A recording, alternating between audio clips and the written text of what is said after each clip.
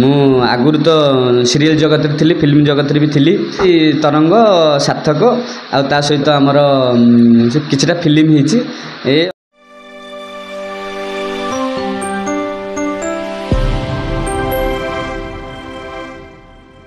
ନନା ଆମର ମାନେ ହିରୋ ଭୂମିକାରେ ଆପଣମାନେ ଦେଖିଥିବେ, ଏବେ ସେଇ ବିଷୟରେ କିଛି ନନାକୁ ପଚାରି ନେବା। ମୋତେ ବି ବହୁତ ଭକ୍ତ ଯେଉଁମାନେ ଆସନ୍ତି ସେମାନେ କୁହନ୍ତି ନନା ଆପଣଙ୍କୁ କେଉଁଠି ଦେଖିଛୁ। ଆପଣ ବି ସେଇ କୋଶ୍ଚିନ୍ଟା ଆଜି କରିଦେଲେ, ଭଲ କଥା। ମୁଁ ଆଗରୁ ତ ସିରିଏଲ୍ ଜଗତରେ ଥିଲି, ଫିଲ୍ମ ଜଗତରେ ବି ଥିଲି, କିନ୍ତୁ ମହାପ୍ରଭୁଙ୍କର ଗୋଟେ ଡୋରି। ଆମେ ଯେତେ ପ୍ରକାର ଯୁଆଡ଼େ ଯାହା କଲେ ବି ମହାପ୍ରଭୁଙ୍କ ସେବା ନ କଲେ ଆମେ କିଛି କରିପାରିବୁନି। ଆମେ ସେଇ କୂଳରେ ଜନ୍ମ ହେଇଛୁ। ସେ ଲାଇନ୍ ଏ ଲାଇନ୍ ଭିତରେ ବହୁତ ଡିଫରେନ୍ସ, ବୁଝିଲେ ତ। ସେ ଲାଇନ୍ରେ ଦିନଠୁ ରାତି ପର୍ଯ୍ୟନ୍ତ ସମୟ ମିଳେନି, ସେଥିପାଇଁ ସେ କାର୍ଯ୍ୟ ଏ କାର୍ଯ୍ୟ ମଧ୍ୟ କରିହେବନି। ମହାପ୍ରଭୁଙ୍କର ଆମେ ଯେଉଁ ଇଏ କରିଛୁ, ସବୁଦିନ ଟିକେ ମହାପ୍ରଭୁଙ୍କୁ ଧୀରେ ଧୀରେ ମୁଁ ସେବା କରି ମୋତେ କାହିଁ ଏଇ କାର୍ଯ୍ୟଟା ମୋତେ ବହୁତ ସନ୍ତୋଷ ଲାଗିଲା, ମୋ ନିଜକୁ ଆତ୍ମାକୁ ମୋତେ ଠିକ୍ ଲାଗିଲା।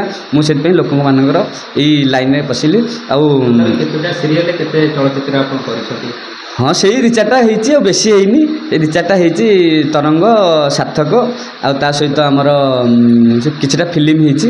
ଏ ଅଭିନୟ, ଛୋଟ ଛୋଟ ଅଭିନୟ ସବୁ ହେଇଛି। ଏପଟେ ଭକ୍ତ, ସେପଟେ ଫ୍ୟାନ୍ସ, ସମସ୍ତେ ଆସନ୍ତି ନନାଙ୍କୁ କହିବେ ନନା ଦେଖିଛୁ। ମୁଁ କହିଲି ହଁ, ଏଇଠି ଦେଖିଥିବେ, ଏଇ ସିରିଏଲ୍ ସବୁ ହେଇଛି, ଆଉ ମଙ୍ଗଳାଚରଣଠୁ ଧରି ସବୁ ହେଇଛି।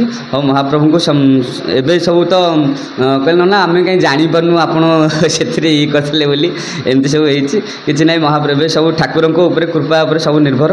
ମହାପ୍ରଭୁଙ୍କୁ ସବୁଦିନ ଡକା ହେଉଛି, ସମସ୍ତଙ୍କ ସଂସାର ସୁଖୀ ରଖନ୍ତୁ, ସମସ୍ତ ଯଜମାନଙ୍କର ମଙ୍ଗଳ କରନ୍ତୁ।